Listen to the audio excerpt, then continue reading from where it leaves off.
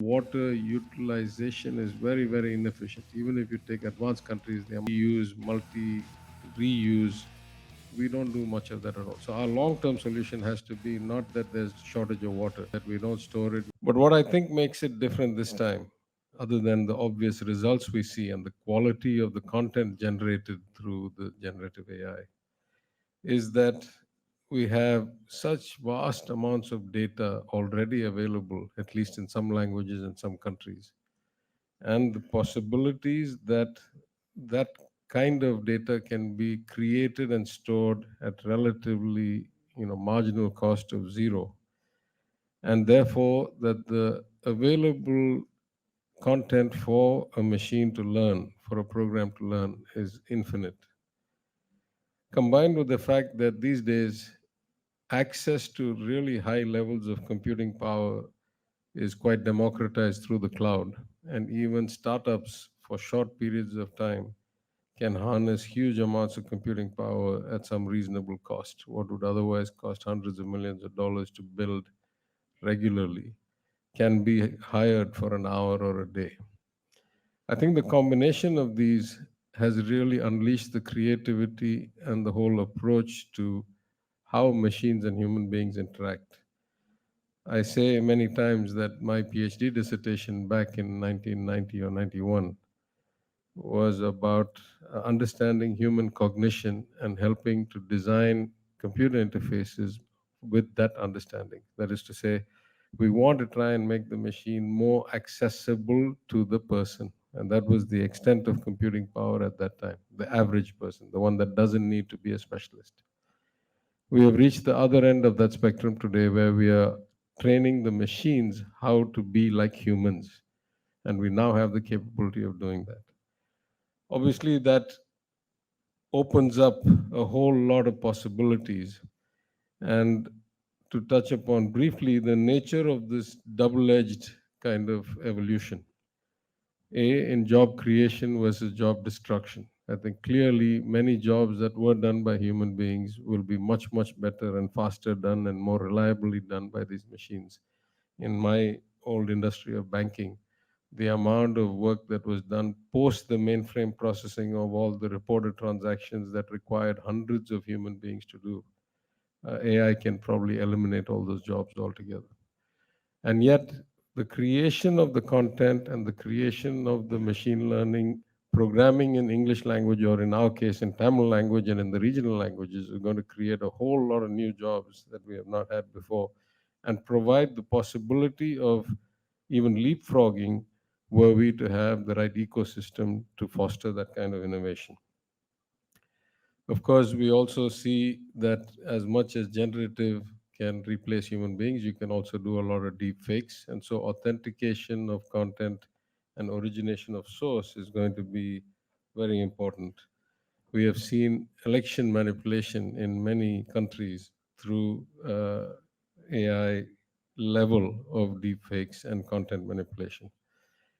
Somebody gifted me a book, and I was just reading it earlier about how in the Russia Ukraine war, the battle for Kiev was effectively won by a bunch of programmers who got a bunch of drones together and were able to go and bomb out the advanced parts of a 40-kilometer long convoy of Russian vehicles in such a way that the entire road was blocked, and effectively changed what was otherwise sure defeat into eventual withdrawal of the Russian forces, because then they used the same technology to go and bomb out the supply chain.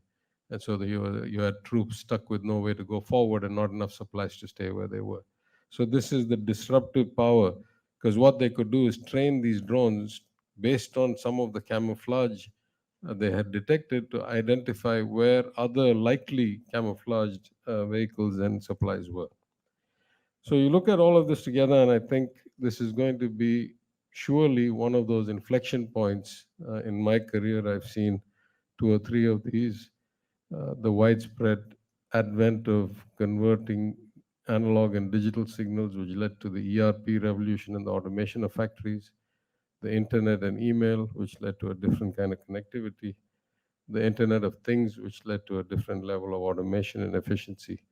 And this is probably even more impactful than all of that together.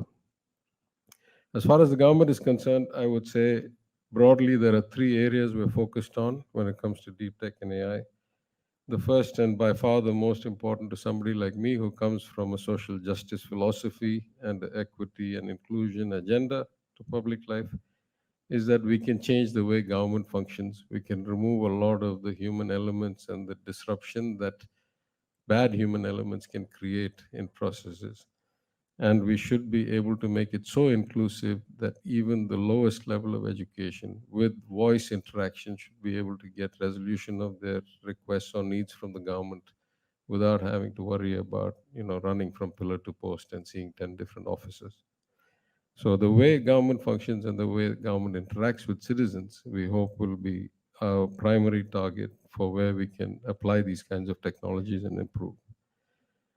Of course, part of government's job is to facilitate or create that kind of ecosystem where entrepreneurs and creative people can facilitate growth and help grow the employment, which is so vital for us as we reap our demographic dividend.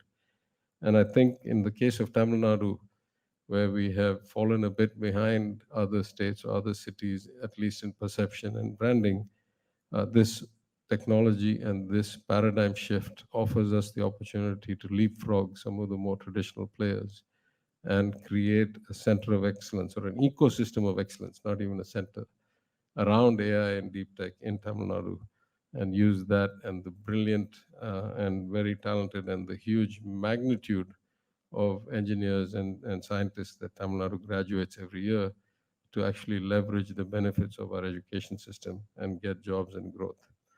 And then, of course, though it's very hard for states to regulate things at a technological level, it's an international business in some sense. It's a national policy making, but to have inputs in our own way into the regulation and responsible use of such technologies, and to have our responsible um, our duties to the citizens properly input through these technologies, especially as we fear about the quality of democracy deteriorating in general.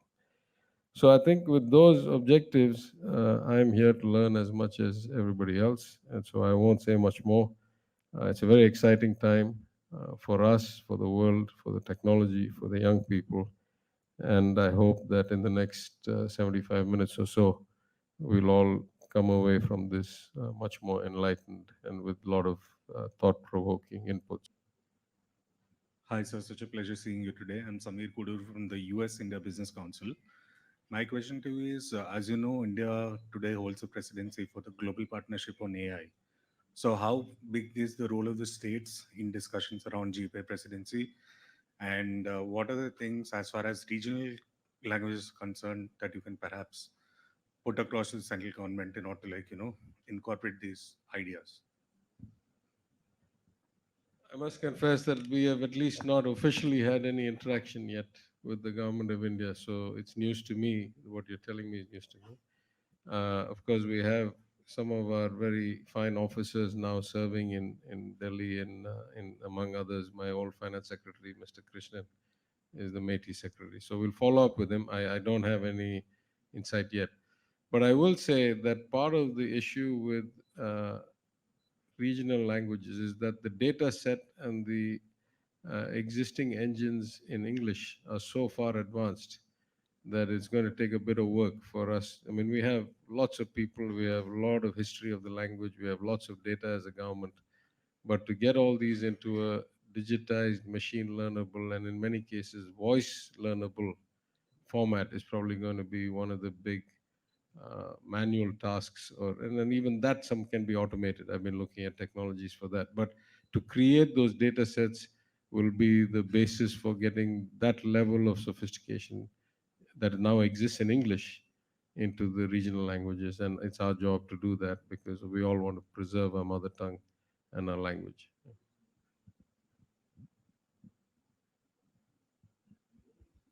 Hello, sir. So follow-up question on that.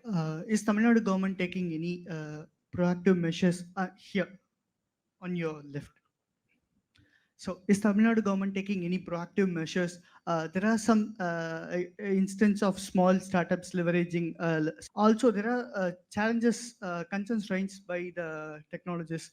They say that the inscription or the the way the Tamil is in the internet, it is not easily be encoded into this machine language algorithms or what you call that in tokens. So, is Tamil Nadu government working on any of these areas? Yeah, I think we are broadly in the process of coming up with some incentive and support policies in the IT overall IT space, and certainly as the IT&T CEO mentioned around specific areas like AI. Hopefully sooner rather than later. I must confess that the previous IT policy, which has been around for 5 or 6 years, 5 years, has not had any takers. So something is clearly wrong in the way that our incentive policies were set up, despite the fact that we have seen phenomenal growth. As many of you know, last year, Chennai's office uptake was double the annual average of the last few years before that. So something is a bit off in the way we are setting up these policies. We'll figure out, but in the case of AI companies, I think really it's about access to data, access to computing power, and then, the basics of anybody else to have a startup space, to have power, to have decent, infrastructure. The second question I think is a bit more complex. Already there's an issue. Tamil Nadu was one of the early members in the UU Code consortium, and we had been moving to come up with uh, all the Tamil text to be machine readable and translatable because of being compliant with UU code for various reasons. I don't want to talk politically here, but for various reasons, that was not quite done, and a lot of proprietary codes were used and proprietary fonts were used, and so we have a lot of problems, at least with government content, that needs to be fixed. But there's a very clear solution, right? If they're all universal code, they can be translated easily and machine read easily, and can the machine learning can be programmed easily. So the more we move towards the standard code fonts, then I think we'll be better off. We had to do that for other reasons anyway. We'll probably push even harder now for these reasons. Hello, sir. Sir, here on your left. I, Hi, That will sir. be the I, I, last question. yeah, I'm not sure I'm sophisticated enough to answer a lot of questions. Why don't we get the experts here? So anyway, Yes, the last yeah, question. I'll yeah, keep it short. yeah. So, first of all, big fan. And we've read about how OpenAI uses a lot of water in its data centers. So if India were to, develop one of its own, and given the water shortages in the country, and especially in a state like Tamil Nadu, where we have faced a lot of water problems and like water-based disasters, how would the government go about handling those kind of situations? Yeah, I'm not sure that AI data centers are going to consume a lot more water than generic data centers. Maybe I'm not well informed, but I think we have a broader problem, which is, and I'll just take a crack at this without enough real depth. One is that data center power and water supply in general, I think, needs to be looked at both from clean energy as well as uh, our overall water utilization is very, very inefficient. Even if you take advanced countries, the amount of recycling they do and the amount of kind of multi-use, multi-reuse, we don't do much of that at all. So our long-term solution has to be not that there's shortage of water, as many of you can tell, is that we don't store it, we don't recycle it, we don't. So we got a structural problem. I'm not sure it's unique for data centers. Data centers, I think, is more important to us for other reasons. But I think the cooling technology also is changing quite a bit. I've started to see a lot more air cooled rather than water cooled, and there's some efficiencies in the design. So I think the broader perspective, at least from government of Tamil Nadu's view, is that we want renewable uh, energy and reusable cooling systems with a lot of recycling cooling systems, and that will be true for data centers as much as it's true for any other purpose. And certainly, I don't think we have a separate policy for AI data centers compared to data centers in general.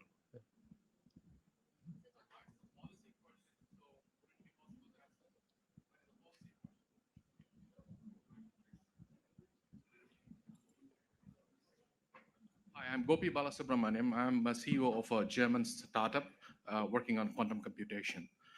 My question is, I mean, quantum computing is a deep tech technology, and as you know, Europe and other Western countries have export regulations and restrictions.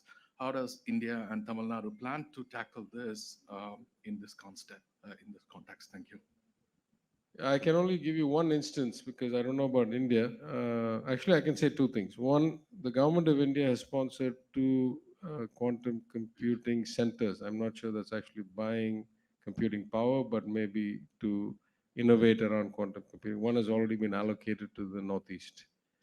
I'm in talks with the government of India to get the other one allocated to Tamil Nadu. Hopefully, they will. It's a natural, logical choice, but we will never know. The other aspect is that one of the countries that does particularly well in building quantum computers, as you may know, is Finland. Because of their old engineering prowess and so forth. So actually, we are in discussions with them for a few months now. Hopefully, we'll accelerate those to see if we can procure one from Finland and use that to create some space for startups in the utilization of that and see how we can benefit the ecosystem with that.